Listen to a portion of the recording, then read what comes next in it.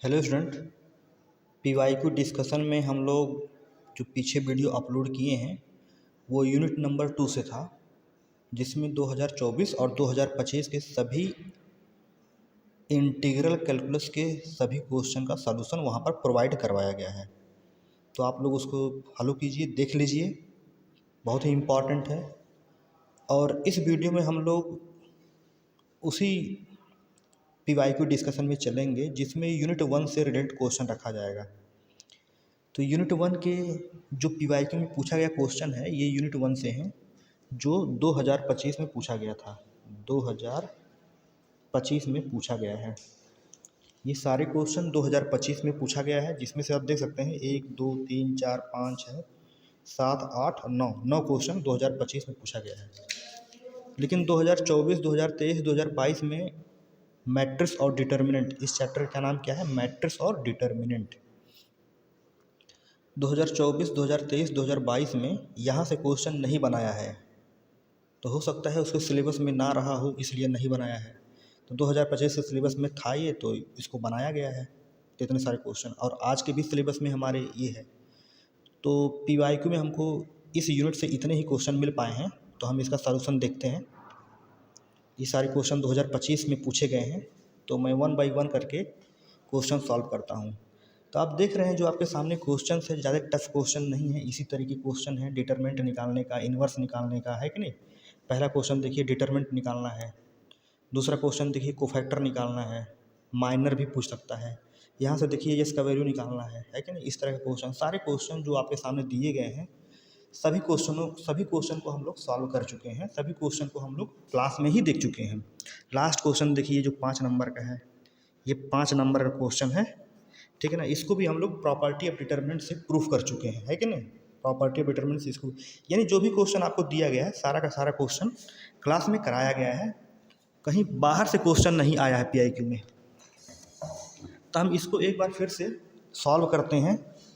तो 1 बाई 1 करके हम इस क्वेश्चन को सॉल्व करते हैं। तो पहला क्वेश्चन है हमारा, ध्यान से देखिए स्टूडेंट, पहला क्वेश्चन आपका है सॉल्यूशन। पहला determinant of 1 iota minus iota 1, इसको हम लोग सॉल्व करेंगे। कैसे करेंगे?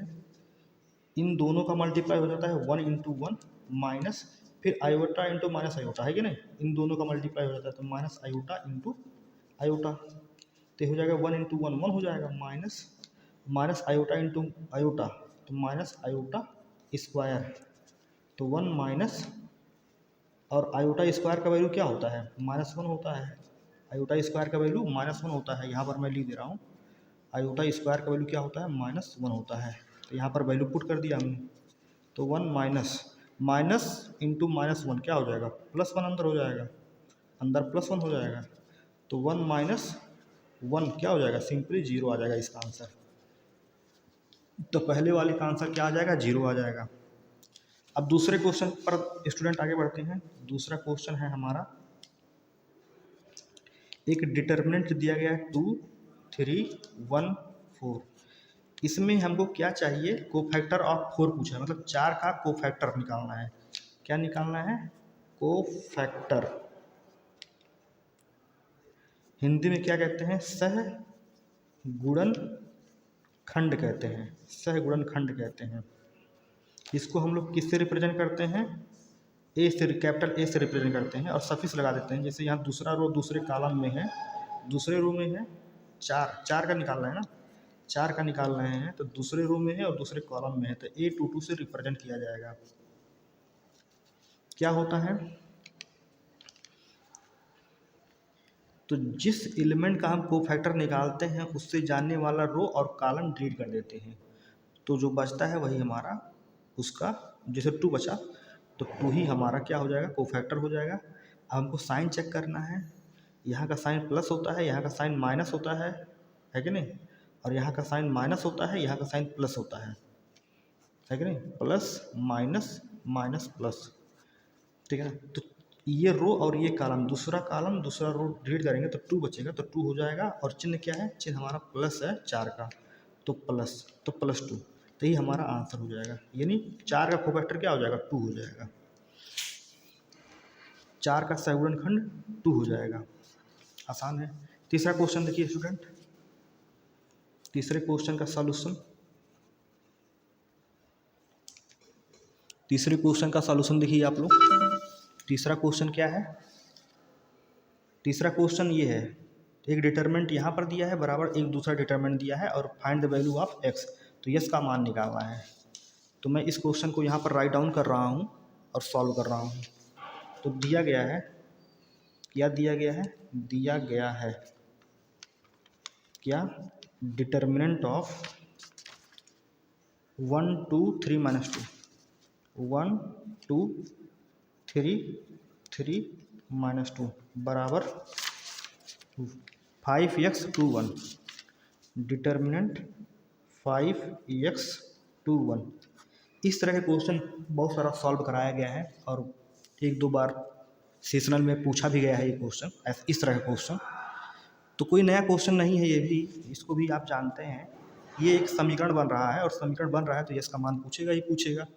तो यस का मान निकाला जाए तो पहले इसको कैलकुलेट किया जाए। तो -2 × 1, इधर क्या हो जाएगा 1 × -2 माइनस, फिर इन दोनों का मल्टीप्लाई 3 × 2 बराबर यहाँ क्या हो जाएगा 1 × 5, 1 × 5 माइनस 2 × x, 2 × x।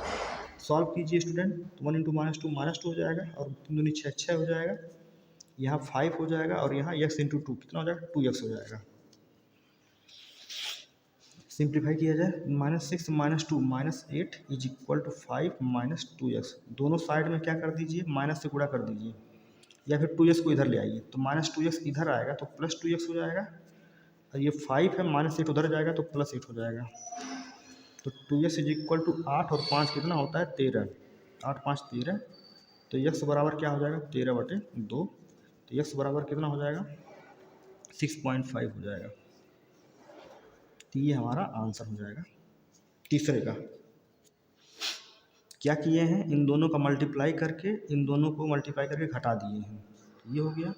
फिर 5 × 1 माइनस 2 × x, ठीक। अब इसको सॉल्व करके हमने क्या किया, यस का मान निकाल लिया। तो स्टूडेंट ये तीसरा क्वेश्चन का सॉल्यूशन रहा, स्टेप बाय स्टेप समझाया गया है, आप समझ लीजिए। अब आते हैं हम चौथे क्वेश्चन पे। ये भी बहुत आसान क्वेश्चन है, ये भी बहुत आसान क्वेश्चन है। डिटरमिनेंट पूछा है तो डिटरमिनेंट निकालना कोई बड़ी बात नहीं है, कई बार क्लास में बताया गया है। पहला कॉलम क्या है 1 1 3 है, दूसरा कॉलम क्या है -2 0 2 है, तीसरा कॉलम क्या है 3 -2 1 है।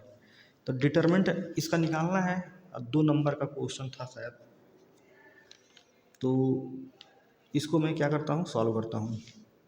तो R1 के अलॉन्ग एक्सपेंशन करते हैं। तो 1 × क्या हो जाएगा, डिटरमिनेंट ऑफ क्या है 0 - 2 0 - 2 2 1, उसके बाद माइनस, इसका साइन माइनस होता है तो -2 है, इसके साथ क्या आ जाएगा -2 से जाने वाला रो और कॉलम डिलीट होगा तो 1 - 2 बचेगा, 1 - 2 बचेगा, 3 1 बचेगा, 3 1 हो जाएगा +3। अब 3 के साथ क्या रहेगा, कौन सा डिटरमिनेंट, 3 से जाने वाला रो और कॉलम डिलीट होगा तो क्या बचेगा 1 0 3 और 2, 1 0 3 और 2 बचेगा। स्टूडेंट इसको सिंप्लीफाई करेंगे तो जो वैल्यू आएगा वही हमारा आंसर हो जाएगा। तो 1 यहाँ पर क्या हो जाएगा 1 × 0 क्या हो जाएगा 1 × 0 -2 × -2 2 × -2, ये हो गया, ठीक। -2 कितना हो जाएगा +2, इसके साथ क्या आएगा स्टूडेंट 1 × 1, तो 1 × 1 -3 × -2 3 × -2 हो जाएगा। फिर +3 के साथ, देखा जाए 2 × 1 2 × 1 -3 × 0 3 × 0, तो ये हो जाएगा 1 × 0 0 -2 × -2 +4 हो जाएगा। और ये इसको सॉल्व किया जाए +2 1 × 1 1 -3 × -2 कितना हो जाएगा +6 हो जाएगा। और यहाँ पर +3 2 × 1 2 -0 है कि नहीं, तो हो जाएगा 4 × 1 4, अच्छा है, और एक 7 7 7 दूनी 14 +14 और ये 3 दूनी 6, तो 14 और 6 20 और 4 24 इसका आंसर आ रहा है। तो डिटरमिनेंट जब सॉल्व करेंगे तो स्टेप बाय स्टेप सॉल्व कीजिएगा। इसका आंसर क्या आ रहा है? 24 आ रहा है। तो इस प्रकार स्टूडेंट क्वेश्चन नंबर 4 भी हो गया हमारा। और क्वेश्चन नंबर 5 देखते हैं। क्वेश्चन नंबर 5 तो और भी आसान है। एक मैट्रिक्स दिया है 2 ऑर्डर का, दूसरा मैट्रिक्स दिया है 2 ऑर्डर का। तो A इंटू बी का मान निकालना है, जस्ट मल्टीप्लाई कर देना है 2 मैट्रिक्स का। यानी मैं यहाँ पर लिख दे रहा हूँ क्वेश्चन नंबर 5 सॉल्यूशन। 2 मैट्रिक्स दिए गए हैं, है कि नहीं? तो एक मैट्रिक्स दिया गया है 1 2 3 4, 1 2 3 4, और दूसरा मैट्रिक्स आपको दिया गया है क्या? 2 3 1 4, 2 3 1 4। आपको निकालना क्या है?